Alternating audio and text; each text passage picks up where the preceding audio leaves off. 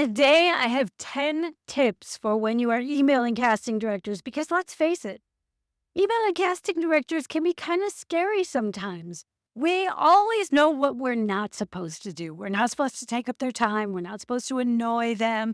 We're not supposed to say too much. We're not supposed to do anything that might get us banned or blackballed from ever being called in for an audition again.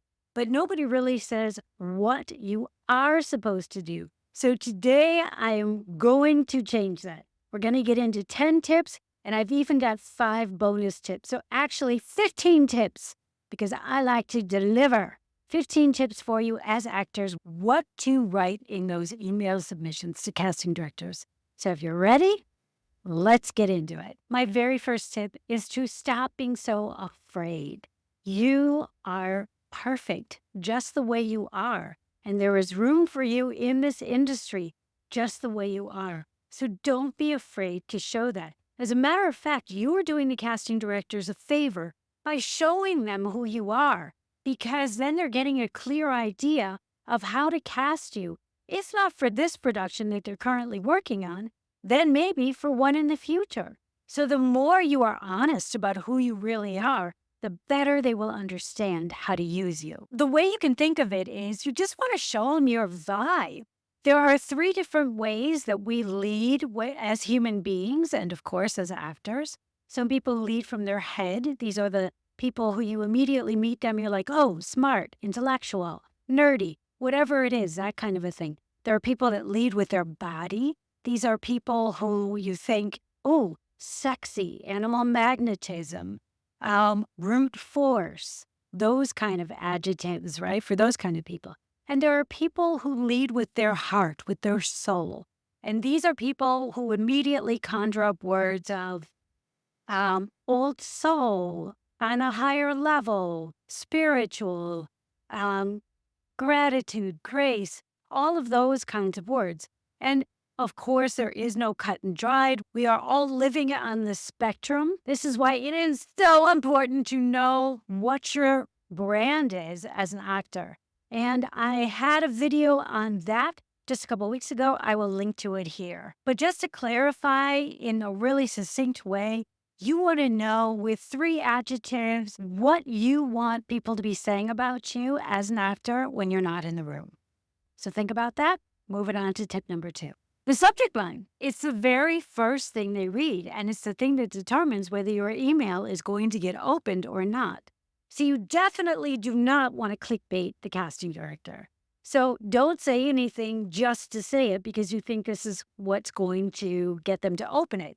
You want to lead with some sort of value. What is it that they can expect? What is the promise of the email? So here are a few things that you can definitely include in the subject line. Their name. Let them know that you are writing to them specifically. This is not a mass mailing.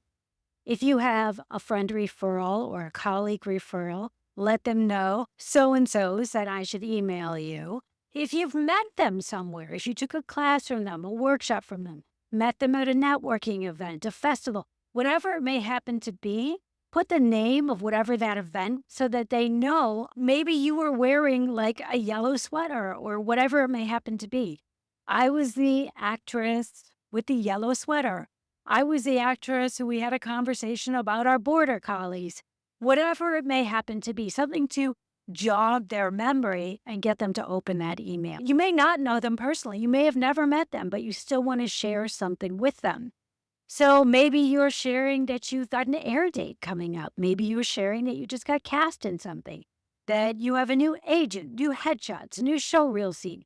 Whatever it may be, those are all valuable pieces of information for them to know.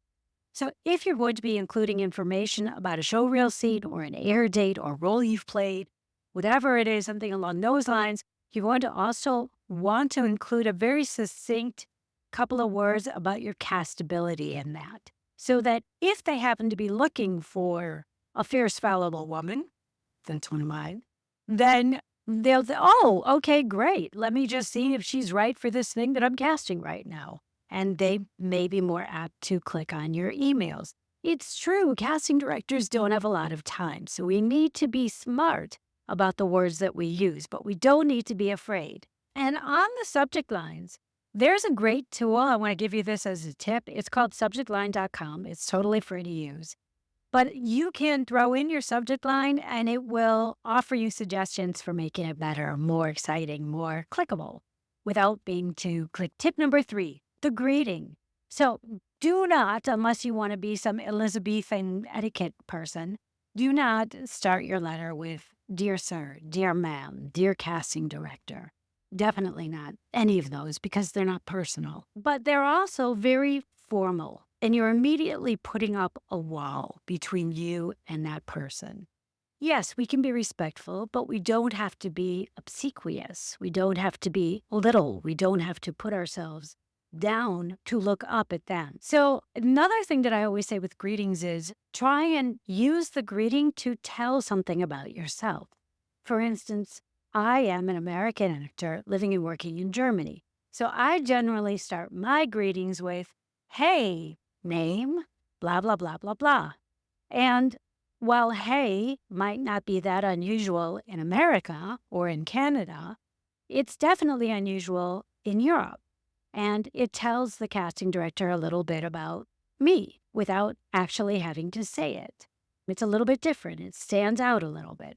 So if you come from somewhere else or you really identify with that part of your heritage, then feel free to say hola, ciao. Make it fun. This is a big thing. Make it fun. They will forgive us a lot as long as we're not boring them. So if you're taking up their time and they're thinking, oh, that was a waste of time, then they're going to be annoyed. Your email is going to get binned. It may not have the effect that you want it to have. Tip number 4 is expanding on the promise that you gave them in the subject line. In the subject line, you were telling them the reason they should open your email. And now, here in this very first line, you need to be saying what that was. For example, it could be something like, so and so said I should reach out to you because I used to be a professional show jumper of horses, and I know you're casting that movie about the professional show jumper circuit. You want to always be thinking, what can I do for them? And put yourself in their shoes because what they are looking for is the right fit for a role that they're casting right now. So they don't really care so much about the actor themselves. They care about filling that role, about making a good impression on their boss, who's the director, and giving them really good examples of someone who could fill that role. So whatever you can do to help them out in that way is going to be considered valuable. That's why you always want to be filling in the holes of your castability. So no matter what you're doing, you should always be mentioning your castability throughout this email. For example, say you want to let them know that you've got a guest star on a show that's airing next week. So you might want to write and say something like, check me out as the irate mother on the verge of a nervous breakdown on blah, blah, blah at such and such a time. Do I lose it at the kids' tennis tournament in blah, blah, blah, blah, blah as the adjective, noun character, right? So you always want to be thinking in those kinds of terms when you are writing to the casting directors. And you want to lead a little bit with intrigue. So don't tell them, oh, you're going to see me totally lose it. Do I lose it? Do I not lose it? Make them want to answer that question for themselves. Tip number 5 is include your length. So many times actors will write into a casting director and they don't have a signature with their links. They're not including their links to showreel material, to their EPK, to their agent, whatever it may happen to be for whatever reason that they're writing into the casting director.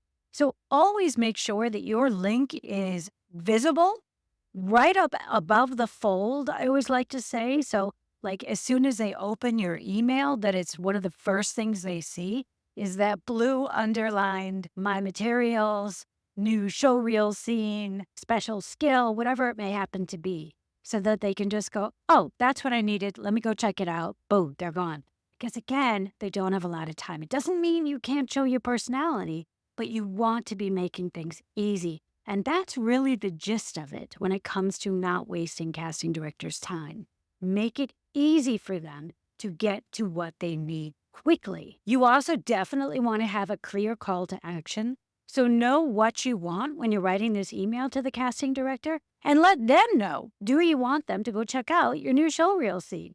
Well, tell them, go check out my new showreel scene, or here's my new showreel scene. Take a look and give me a thumbs up in the comments if you have it on YouTube or whatever it is, something like that. So you give them something to do. So again, make that easy. Then let them know that you're going to be following up in 5 days, 6 days, a week, whatever it may happen to be. But let them know that you're going to follow up because you've just given yourself permission to do exactly that. So it could be just something as simple as, I'll check back with you in about 5 days to see if you had a chance to watch it and hear what you thought. And then that gives you a chance to reach back out again. The question is, how short is short? This is tip number 8. For this, when you are introducing yourself to a casting director, no more than 300 words. Be very intentional about the words you use to show as much of your personality as you possibly can in the shortest amount of words. If you are just giving them an update, definitely no more than 250 words. So keep it short, but that doesn't mean that you can't show a lot. It's just like a slate shot. Generally, like on Actors Access, you've got 7 seconds to show your personality. But you can actually show quite a lot of who you are in 7 seconds. Use your words wisely, and they will be very happy, and so will you. Okay, now let's get into the sign-off. Because here's another spot to really show your personality. So what I really like to do with the sign-off, instead of saying something like best or warmly or kind regards, boring, that's also boring. It doesn't set you apart in any way. And anything you can do as an actor to set yourself apart, to let them know a little bit about who you are, is only going to work in your favor.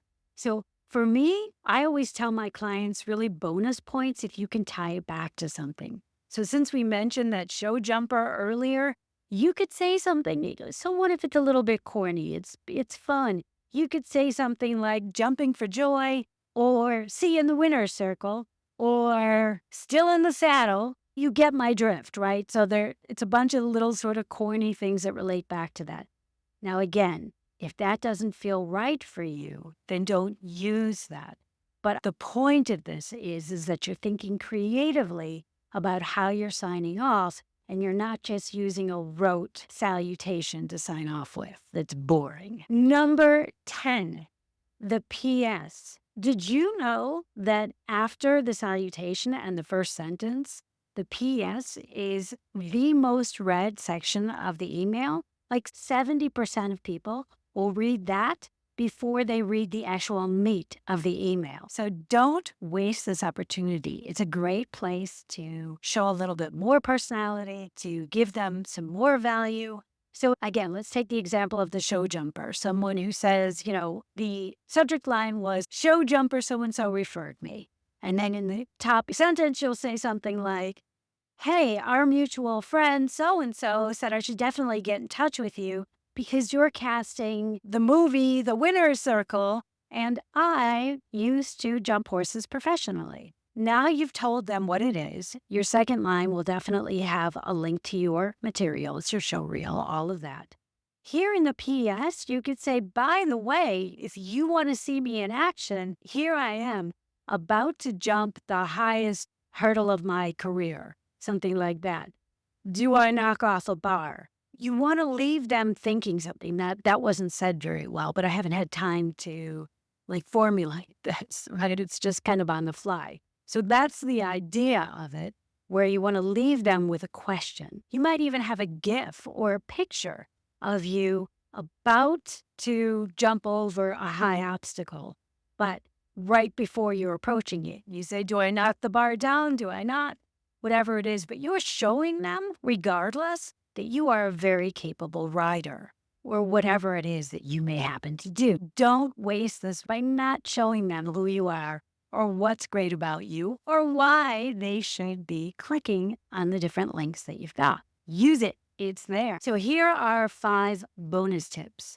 Definitely do not include any large attachments. First of all, a lot of these just go straight to their spam, so they won't even see them. Second of all, even if they do see them, people are going to be very wary about downloading any kind of attachment. Even if they know you and they know that you're not sending them a virus, they may still be wary of it because, especially a large attachment, is going to fill up their hard drive. Bonus tip number 2 is if you are using an email server that allows you to have a specific preview text, then you definitely want to take this opportunity to write something that is going to get their attention, that is going to give them another reason to open your email. So you can think of your subject line like the title and the preview text like the subtitle. So it's like a 1-2 punch on why they should open your email. Tip number 3 is use an email tracker. There are some really good free ones out there. I really like Boomerang. But this way you'll know if they're even opening your email. And if they're not, that gives you an opportunity to resend it with a different subject line and see if it was maybe the subject line that didn't work. Because honestly, at the end of the day, everything is feedback. That's all it is. It's feedback for you to become aware of and to use to get your emails opened in the future. Tip number 4, how long should you wait before resending the email?